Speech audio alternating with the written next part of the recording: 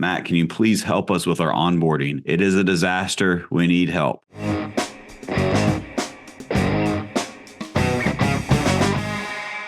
Welcome back to another episode of All or Nothing in Real Estate. I'm your host, Matt Smith, the founder of All or Nothing in Real Estate. This podcast is a movement to give back to this amazing industry that has given so much to me and my family. And today we've got a very special guest. We're going to talk about something that was actually a request that I received from several people that listened to the show. They asked in person, and I've gotten some messages. Matt, can you please help us with our onboarding? It is a disaster. We need help. And so I brought in Jenna Swift, who is our director of operations, to help us unpack what we are doing right now in our onboarding and our boot camp, how she's organizing it, and how she's taken my chaotic brain and packaging it and positioning it to set our agents up for success. A little bit of backstory.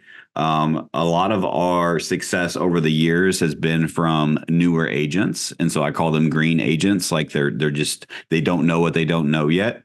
And so we've had to learn and build our onboarding and boot camp to just really kind of go back to the basics and go super simple. And then you can always add complexity from there. Just a reminder to everyone listening, simple scales.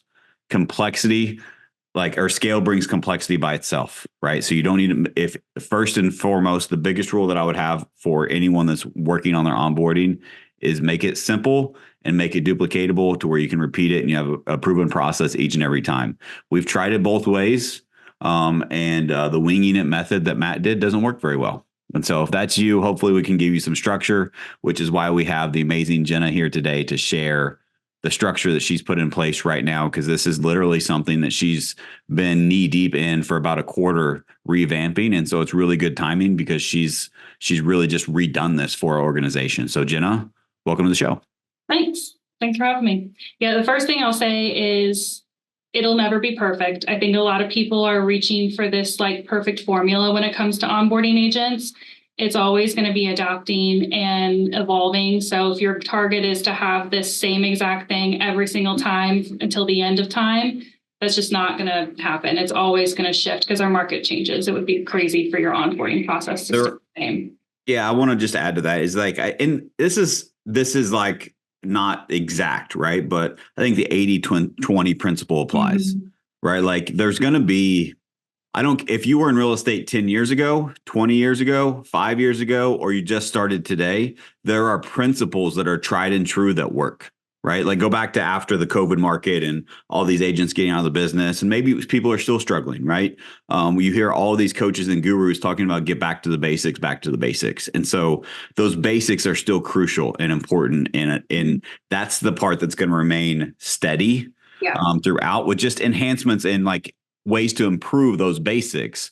But then there's also going to be another 20-ish% that is hey, this is important for today's marketplace that remains fluid. And so I think it's important to find which ones are the staples that are hey, this always needs to remain. It doesn't mean you don't improve, but we're always going to have lead generation. We're always going to have scripting. We're always going to have time management. We're always going to have mindset training. We're always going to have what is it that you're always going to have? And then you have that as the staples and the foundations, and then you can add to it after that. Yeah. In EOS, we call those our core processes. What are the core things that you got to do every single time, no matter what? They're non-negotiable for your business. Love it. So Jenna, somebody that is all right, I've onboarded people, or maybe, so we probably have a variety of people that hey, I want to start a team, but I don't know how to onboard people. Where do I start? We probably have people that have onboarded people and they've done it better than we have. There's probably people that people that have onboarded people, or maybe have a new group coming and they're I've just completely messed this up last time. Help me. And so what would be your advice? Let's start this off with a piece of advice that you would have with your operational brain of where do you think people go wrong and how can they actually set themselves up for success? So where I think people go wrong is they skip a bunch of stuff and just throw people into onboarding. They just throw them into the fire and say, okay, good luck, have fun. What I would recommend, I split it in, we have 3 sections when it comes to our onboarding. We've got pre-onboarding, we've got boot camp, and we've got onboarding. They're 3 separate things. And when you can take them into their 3 separate things and then tunnel vision on each portion and simplify it, it's going to create a much more scalable process. And a lot of people skip that pre-onboarding boot camp and they go straight to that onboarding. And then they're like, why are my agents like struggling? It's because we skipped two crucial pieces. I would never do that, by the way. I would never just bring people on and throw them in and say, figure it out. That would never be me, right, Jenna? Never, ever.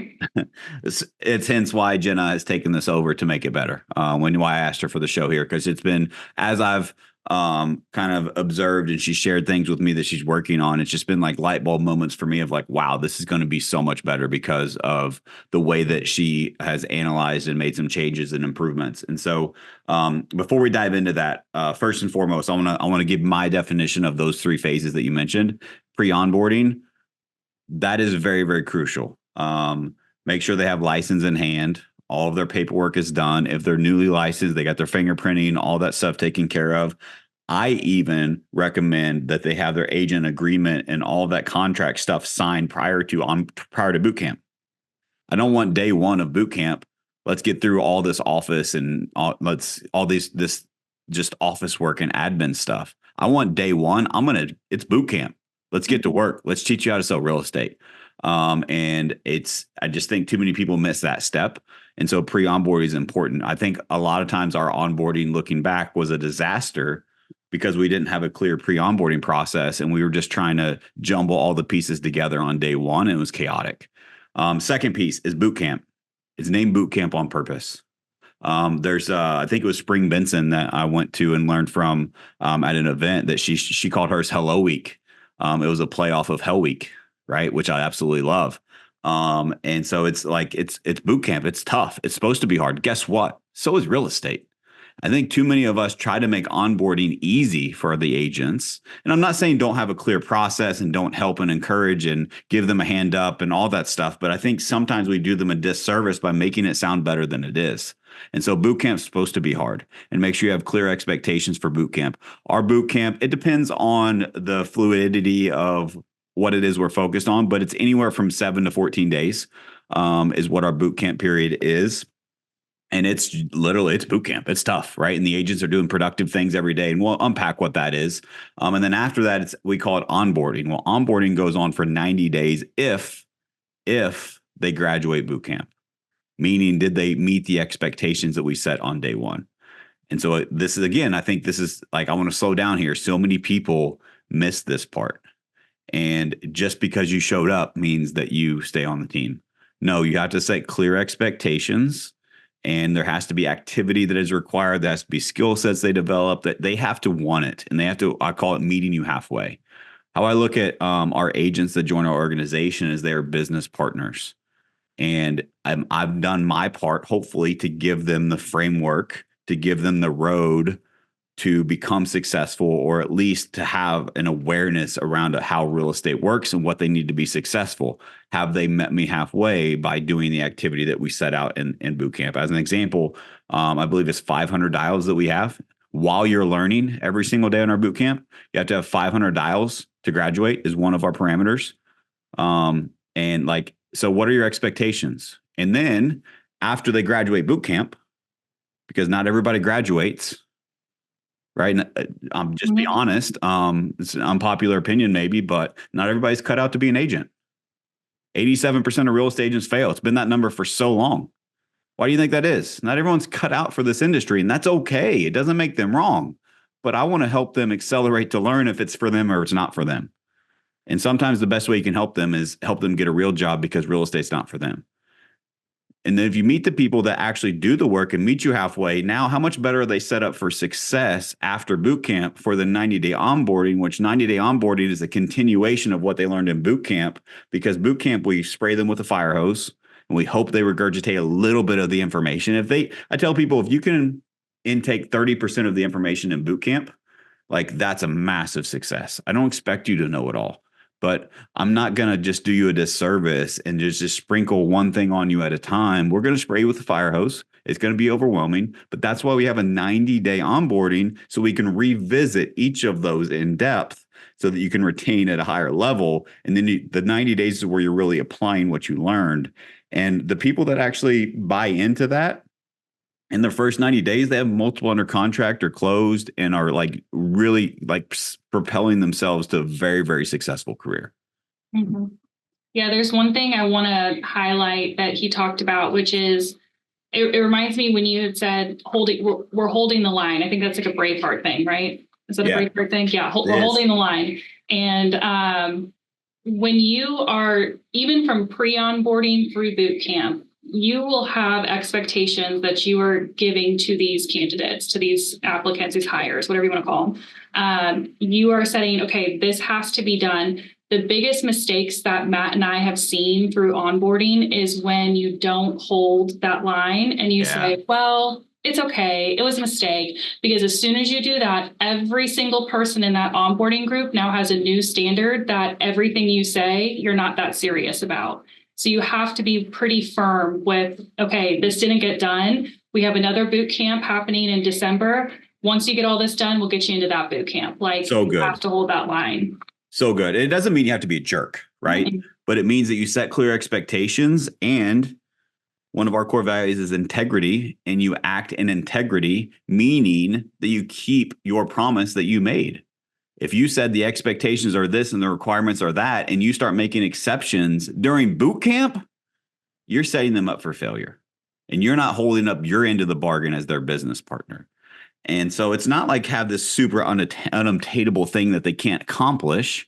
It's give it something that is a little bit of a stretch that's going to make them uncomfortable, because that's where growth happens. It's boot camp. It's supposed to be a little bit hard, and help and encourage them to get there. But if you set the proper expectation up front and they don't uphold their end of the bargain, like, there's not much I can do. Like, you made the decision, not me.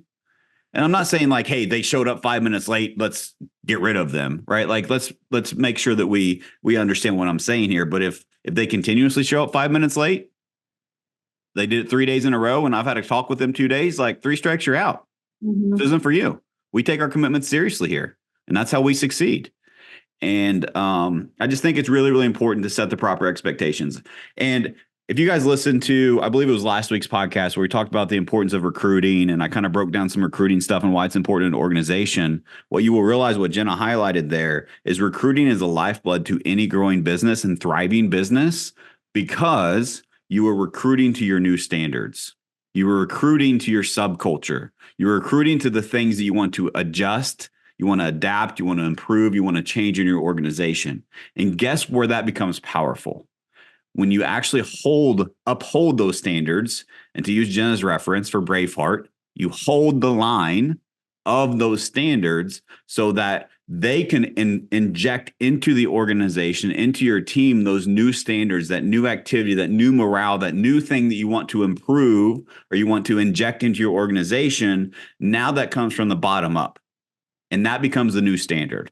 And then the rising tide of that over time rises all ships. And then we become better together because we are improving the environment by bringing in people very intentionally to help improve and make our environment better. I remember I spoke in Tahoe, and I said, it was my very first speech, I don't know, 3-4 years ago, however long ago it was. And I'd shared that we were going to, committed from stage, publicly declared, how about this, that we're going to double our team over the next 30 days. We're going to go from 20 agents to 40 agents. And we did it. And I was challenged from the crowd, and I love being challenged. I love it. I'm not saying that in a negative way, because there's a room full of team leaders, and they said, hey, you shared on culture and values and how you've built what you've built, which is awesome. But I'm curious, if you're doubling in size, aren't you worried that your culture is going to suffer? And so that's a really good question. But who says bringing on new people has to make it worse? If you bring on good people with the right expectations that fit the values, and they can actually contribute and make the organization better, now bringing in those people strategically and intentionally make that culture an even better place to work. And everyone can win at a higher level because you're bringing in the right people with the right expectations, and you're holding the line. Mm-hmm. And with that, so when you set those expectations, one of the things we say, so one of our team standards is 20 agents sell 20 homes a year. Well, it's unfair to say, hey, agents, go sell 20 homes a year, but then not give them the path of what it would take and like what they need to do to get to that 20 homes. That would be ridiculous of us. We have to give them the path. And so it's that same ideology when it comes to pre-onboarding and boot camp. We're going to say, okay, boot camp, these are the things that need to be done. And we're going to be incredibly clear. We're going to send you an email. I'm going to make sure there's a video. I'm going to follow up with you. I'm going to be calling you, texting you to make sure that you know exactly what is done. So that way, when you get to that point and you're like, I didn't do this, there's no excuse as to you not knowing. Like, there's no way that you didn't know that that was something that needed to happen. Very clear expectations. We have a saying around here, clarity is kindness. Clarity is kindness. And so if that is true, then to be unclear is to be unkind. Yeah. And too many people walk on eggshells and they're afraid to give people the truth because it may hurt their feelings. And I'm not saying be a jerk about it, but like at the end of the day, the expectations are this. Do you clearly understand them and do you agree to abide by them? Awesome. That's an agreement. Guess what? I was taught integrity. I want to hold up my end of the bargain. Am I perfect? No. But also, what kind of example am I setting if I just let that person slide because of this or because of that? Right. And it's not saying that you have to be perfect, but where was the intent? And are you just purposely like not doing the thing you were supposed like I just think that there's a nuance there, right? But I think the principle remains the same is that you have to hold the line. You have to set the proper expectations. And really quickly, we could do a whole nother podcast on this and maybe we do, but Jenna, where do the expectations start? The interview is the most crucial part of your onboarding. Too many of us, I'm guilty. Too many of us, I'm putting myself in this, get so excited when we get a new recruit that we think is going to come in and crush that we just bring them on and we feature and benefit dump and we don't set the proper expectations of what the work is going to look like and what is going to be required to be on our team. I learned this from Kobe Sway of the Briley team. He said it, and he said it brilliantly. He said, so many people, when they join our organization, they're number one team in Nebraska. And they bring on a lot of agents and they're going to sell over 1,000 homes this year, I believe. So the guy knows what he's talking about.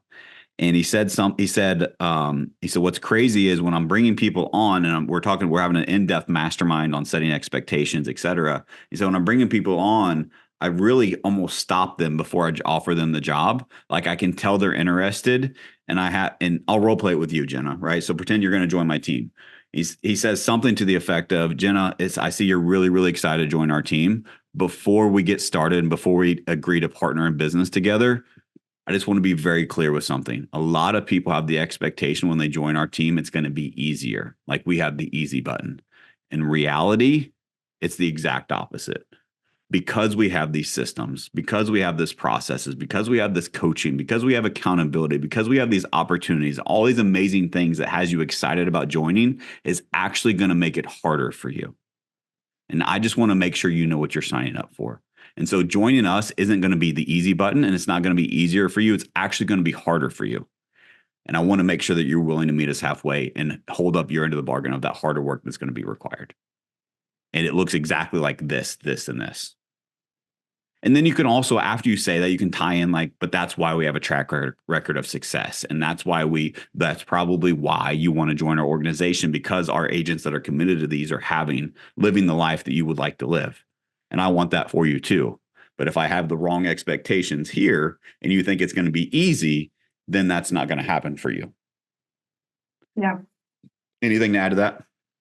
No, I think that's spot on, honestly. I mean, those expectations are incredibly important. And I think sometimes we can be a little too soft in it because we don't want to be, like you said, you don't want to feel like a jerk, but at the same time, you also don't want to be so soft that people come in and it's chaos, Yeah. It's anarchy. And I've done it both ways. Right. Mm-hmm. And I have a very direct personality, but I really have a big heart and I really care for my people. And I want everybody to win. And we've brought people on and we've not been as clear as we should have been. I've not been as clear as I should have been. And the conversation 90 days after they come on is way tougher than in the first 9 minutes. And so what I've learned is that it's their decision if they're willing to do what it takes. I know they can. Everyone can, but will they choose to? And it's up to them to make that choice, not me. And like having the conversation 90, 120, 180 days later, when they're in a worse financial spot, when their family is struggling, whenever I have to like have the conversation of it's just not going to work because you're not doing your part. Now you got to go get a job. And I just delayed that inevitable because I, as the leader, failed to set the proper expectations up front because I didn't want to have the tough conversation. That just made me lose sleep at night.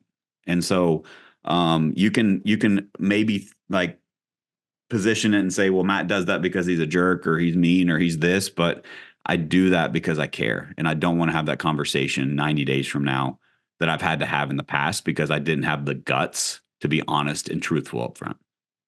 Yeah. So let's go tactical here. Yeah. So we talked about setting expectations, but there's one thing that Matt said a while back that is super important. Your day one of boot camp is incredibly important because it sets the tone for everything. And why pre-onboarding is so important is you're getting all that paperwork, all that stuff that's not fun. You're getting that done ahead of time. So when they come in and they're ready to hit the ground running, we are actually getting tactical on day one. We're not necessarily talking about, real estate, like how to build your business. We're talking about our company, our core values, who we are as a team, because if that day one, they're not a good culture fit, they're going to hear a lot of mushy gushy stuff and they're going to be like, no, thank you. If that's not a good fit. I think there's one word that summarizes that. And we want to indoctrinate and enroll them into the team. And we have a system and process and a proven process for everything. But it's so much more than that. You can follow our process. You can follow everything. You can make the calls. You can do the work. But if you don't fit in culturally, you don't align with our mission and our values and our principles, it's not going to work. And so I think too many people, yes, I'm a business person. I have to run a business. But guess what is the most important part of the business? It's the people. And so I want to find the right people. And I want to make sure they're in alignment with our vision, our mission, our values. And I want them to clearly, again, clarity is kindness, clearly understand on day one who they sign up to work for and do they still want to be a part of it. And that day one should echo across your entire organization. That's not just for agents. That should be your operations go through it, your marketing goes through it. Anybody who joins your team needs to have that kind of, we're calling it an orientation day. Everyone has that same exact day one. Yeah. And rule number one is for me is it's so important that Matt teaches it personally. Mm-hmm. Like that's the only class that I like.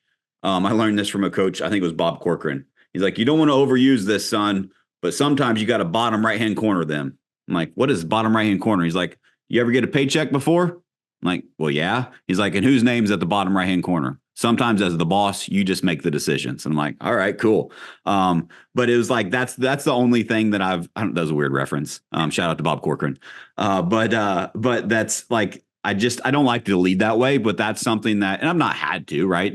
Leadership understands the importance of it, but it's just something that I didn't even ask permission for, which is not how I lead. Usually I do. And it's just that important that no, I'm demanding that I lead that session because without it, the rest of it doesn't matter. Yeah. Well, and I don't even think that it's like the bottom right-hand corner is funny, but it's also, you can't delegate your push-ups as a leader. Right. You can't be like, hey, the story that is so intimate to me as to why I started this team and all the stuff behind it, Jenna, I want you to tell it. There's no way I'm going to be able to tell it the way that you're going to tell it. It's just not going to happen. And if you're a leader listening, you're like, well, I don't have that thing. You do. You just need to dig deep. You need to have some clarity time with yourself and you need to figure out what that is. It doesn't have to be a sob story. It has to be genuine and authentic, but everyone has a story and you need to figure out what your story is. And if your story isn't that sexy or cool or whatever, cool. Your story's your story, own it. But then you need to tie it to the vision of why you're doing it, what you're building. And nobody can do that like the leader and the visionary. And that's just something that you can't outsource. You have to do it yourself. Yeah. Real estate is a tough industry. No one gets in it just for shits and giggles. No one does that. That's exactly why I got in it, Jenna. What do you mean? That's another thing. one good way, if you're trying to figure out, okay, how do I even find this?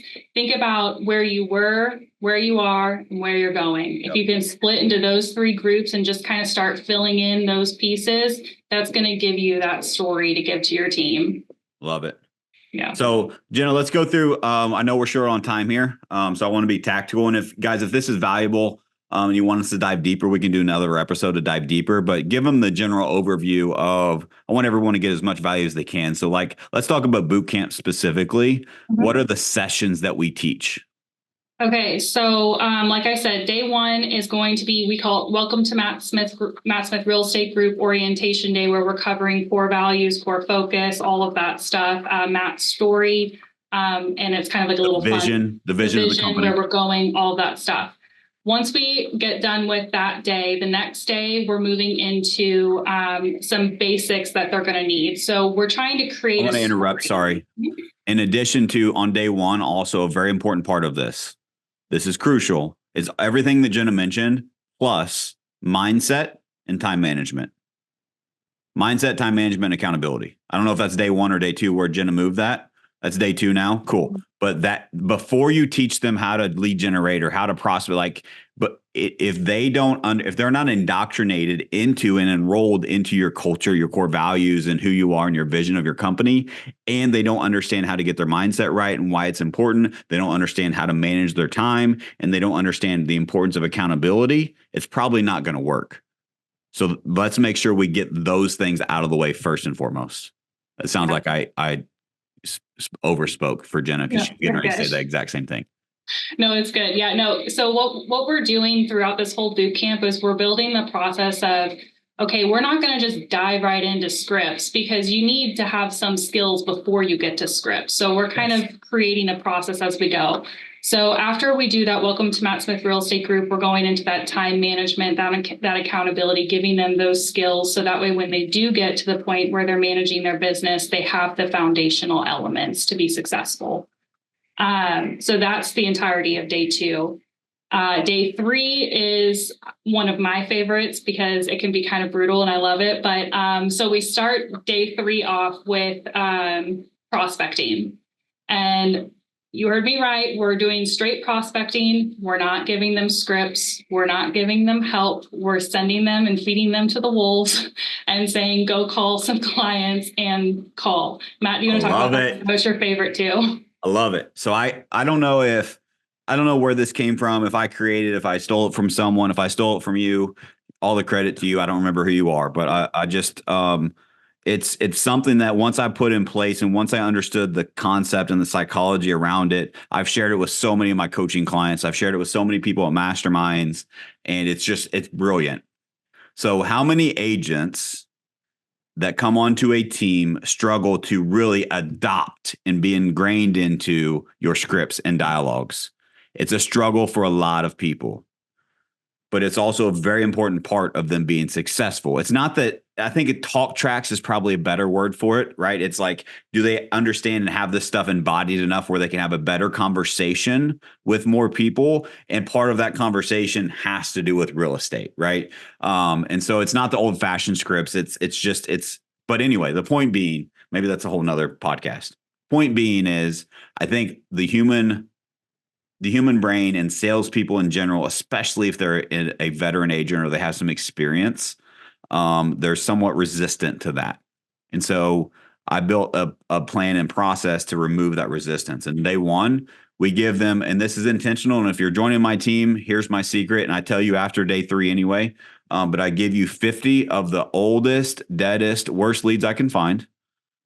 And you call all 50 of them. I leave the room. And you call them and I say, good. They're like, what are we doing? Sell them a house. And they call and they fall flat on their face. They fail miserably and they're like defeated. Number one, what am I checking for? Are they actually going to do what I asked them to do? Number two, I want them to have a little bit of, man, this sucks. This is tough. I don't know if I should have done this. And then I come in an hour, 2 hours later, whatever time it takes for them to make those 50 dials. I shouldn't take very long because most of them are bad numbers. They're not going to answer, right? They're just those type of leads on purpose. And I come in, I'm like, how'd it go, guys? And they're just defeated. They're just like miserable. Like, this sucks. Is this what real estate is? I'm like, well, what would have made it better? Well, we just didn't know what to say. And these people weren't even interested in buying real estate. And they just hung up on me and all these different things. Well, would it be helpful if you know like a talk track that's proven to actually work through and have better conversations with people that are actually interested in buying and selling real estate? Yeah, that'd be great. And we're just reverse engineering. Now they're begging for scripts and they're begging for dialogues and they're begging for a process to call the right leads and have the right conversations instead of the things you're trying to beat their head against the wall to get them to do. Now they want it and they're encouraged about it. And so it works really, really well to get them to adopt. And then you go right into scripts and role play and training. And it just really helps indoctrinate them into the importance of those things. And a lot of them don't forget that day 3 if you do it the right way, because it's supposed to be a struggle. Mm-hmm. Well, I mean, and real estate's uncomfortable. It is so uncomfortable calling strangers. And if somebody can't make it through the discomfort of that and just own it and dive into it as best they can, they're going to struggle I would say they're not going to make it if they can't get through that. Yeah. And a pro tip too. This should go without saying, but I'm going to say it anyway. This is an overall arching principle that I coach people through is when you onboard, have an onboarding process and day that is set. You have a hire date. If you go to any job anywhere in the world, they give you a hire date. Why in the world in real estate? Oh, come whenever you want. And then we got to scramble to get onboarding together, right? So have a hire date. And if you're a team, I never say never, but in this case, I'm saying never onboard in singles, always onboard in a group. Groups are so much more efficient and effective. So always make sure that you have a group onboarding, even if it's 2 people. But the bigger the group, what we've experienced, the better the success that we've had because they build that camaraderie. They encourage each other. There's that healthy competition. And it just adds a lot to the onboarding process where they can really learn and collaborate with each other. And they get a little of that team feel inside of the team as they're onboarding for the team. Yeah, absolutely. And so once we go through, we let them prospect, like Matt said, then we run through our scripts and really the rest of the time is internalizing the foundational scripts of our team. So we're not giving them every single script known to man. We've narrowed it down to, I think we have 2 of the most important scripts. And that's it. That's all they focus on. We want them to master those during boot camp. There's other scripts, there's other dialogues, but get these 2 down because they will handle 80% of the conversations. Exactly. We also bring up the common objections that they'll get and start working through that with them and start role playing those things. But it's really that entire time is just focused on internalizing and handling and understanding our clients. All right, Jen, I got 5 minutes left. Let's get the rest of the sessions. All right. So session 3, that's going to be more technical. So now we've learned how to prospect. Now we're going to talk about our database because that's where all of our clients live. So we need to learn how to work the database, what our standards are for the database, how to build your pipeline in the database. It's a little bit more technical of a day. And we do that workshop style, right? So we show, but then we also have them do the work themselves and work through so that we understand we're not just telling, we're actually demonstrating, and they see us do the thing, then they do the thing with us seeing them to make sure that it ingrains. Exactly. Application has to be in every single session. That's the word I was looking for. Yeah, there you go. I got you. We're also talking about how to set appointments and follow-up boss. Like we're talking about the technical nitty-gritty pieces, some referral program stuff.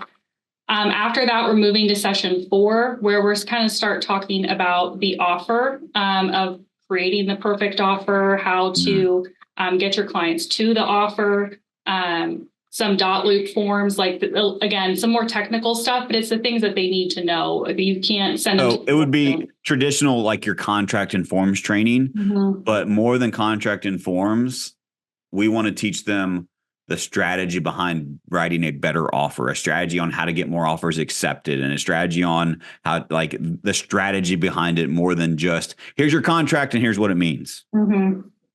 Yeah. And then after that session, then we're going into under contract processes. So one thing that we did really, that one mistake we made in the past with onboarding is we really just focused on the contract and under contract, and that's it. Which those are great things. But if you don't know how to prospect and you don't know how to set an appointment, your knowledge on how to write a contract and how to go under contract is useless because you don't know how to get there. Here's my belief, and I'm an extremist, so I think the truth is probably somewhere in the middle. But we had a trainer in the past that believed that agents wouldn't take action because they didn't know how to fill out a contract. I believe the agent won't take action because they haven't taken action. They haven't built that confidence in themselves. And so I don't care. Like, until you actually prove to me that you're willing to do the prospecting, and there's a reason that we do this the way that we do it, until you show me and prove to me that you're willing to actually meet the expectations we set at the beginning and actually get out of your comfort zone and call complete strangers and fall on your face, until you show me and demonstrate you're willing to do that, a contract, what's that? It doesn't matter, because you're never going to get to one. Right. And so, and I don't mean that in a bad way. Maybe they will, but you get my point, right? I want to teach They'll get them there by accident. Yeah. And I want to, and I want to give them, and I know some people have like that analysis brain and they want to know everything. Let me just break it to you. Never will. We all learn something new every day in this business. You will never know everything. So just give up and just start. But you got to start by doing the things that actually produce income. And then once you're at the point of write a contract, if you're on a team like ours, I promise you somebody will help you write that contract. But so many people get stuck and they want to know all of that before they figure out how to lead generate and how to get to the contract portion. And we spend the majority of our time on how do we get you to the contract portion. And then once you have contracts, you learn how to write contracts by actually writing contracts. Mm-hmm. It's not that we still do contract training, but it's a small piece of what we do, because that's not the most important on how you actually have a successful real estate career. Yeah. Yeah. So to summarize kind of how this flow goes, we start with time management, accountability, the foundational elements. We move to prospecting. We move to database management. We move to the contract. We end with under contract. And that's kind of fire hose information. Yep. So what we're going to start doing is week 2 is the application, like we talked about, which as you're going through the sessions, you're doing application. But week 2 is, all right, here are the things that you're going to shadow. We're going to do a mock showing. We're going to go to a listing appointment. We're going to do these things together, and we're going to apply this stuff in the field. So, by the time you're done, like, exactly what to do to hit the ground running. I love it. I love it. Good stuff. Cool. That's down and dirty on onboarding and boot camp. And then the other thing too is once you get through that piece, and you've got now they're in their 90-day onboarding piece, you end boot camp with setting clear expectations of what's expected of them in that 90-day onboarding, and then you hold them fiercely accountable to it. Yes, 100%. It's not like, hey, you graduated, good luck. There's a reason we have a 90-day window. And I mean, it's not just for our new agents. We have 90-day check-ins with all of our agents, right? But we have and I don't mean it like this way, but just like for analogy, it's like almost like a shorter leash, right? And it's not because we don't trust them or we don't want them to like leave the nest and we're trying to limit them. It's just that we have found that if we cut them too loose too quickly, they develop bad habits very quickly. They detach and they kind of fizzle out from the momentum we built in boot camp. And we want them to continue that growth path and that succession plan. That's why they partner with us to begin with, is because they see the track record of success. And so it's not in a micromanaging way. It's just in we have weekly follow-up meetings, and we have expectations of first 30 days. Here's where you need to be first 60 days, first 90 days. And there's accountability around those things. And if at the first 30 days, maybe you kind of fall off track, we have a performance review plan, and let's get you back on track. Because if you're not on track the first 90 days, what's going to happen in the next 90 days, right? It's like, we got to make sure we nail that part, and we're and you have good habits. Yeah. You have to remember that when you've got those new agents, they get out of boot camp, their role models are your top agents that have been on your team for a really, really long time. And so they have built really efficient skills and really efficient businesses, which means they might not have to dial as much. They might not be in office as much because they're efficient. What you don't want is they're looking at them and saying, oh, well, if they're doing it, then I don't need to come to the office. I don't need to make as many dials because they're successful. But what we have to do is show them that, yes, but they're successful because they put in the work at the beginning that we're holding you accountable to. Yeah. You don't see the work that they did when you weren't here. Exactly. Yep. 100%. Cool. Jenna, anything else to add? Nope. That's it. Awesome. Easy, guys. right? That was good. That was good. That was really good stuff. Jenna has worked really, really hard to improve and enhance our onboarding processes and make them more process oriented instead of just like, hey, let's wing it. And so I hope this was helpful for you guys. There's a lot of principle-based stuff that we shared. If there's specific questions that you have, reach out. I'm happy to help. And maybe we can dive deeper I just don't want to bore people, right? Like the rest of it's pretty technical and tactical and we can share it, but I just don't want people to get bored and not listen, right? I want to do this so people listen and we help people. So if there's something else we can do to help with you guys on this particular subject, just let us know. We're happy to share. And Jenna, thank you so much for your time. I really appreciate it. Thanks. Appreciate it. Awesome, guys. Thank you so much for listening. This show's continuing to grow. Jenna shared with me like the last show that we did was the most downloaded episode we've had in over a year. And so this podcast is continuing to grow and we appreciate you sharing the word and the comments and messages I get mean the world to me. So I appreciate you guys. I hope this is helpful. Just if this is helpful for you, I just ask a favor, just share this with a friend, help someone else that you think this will help, whether it's this episode or another episode that really spoke to you or speak to them. It's just really important to me that we continue to share this message and give back. This business is hard enough. Let's collaborate, let's contribute to each other, and let's all go out and win in high levels. Appreciate you guys.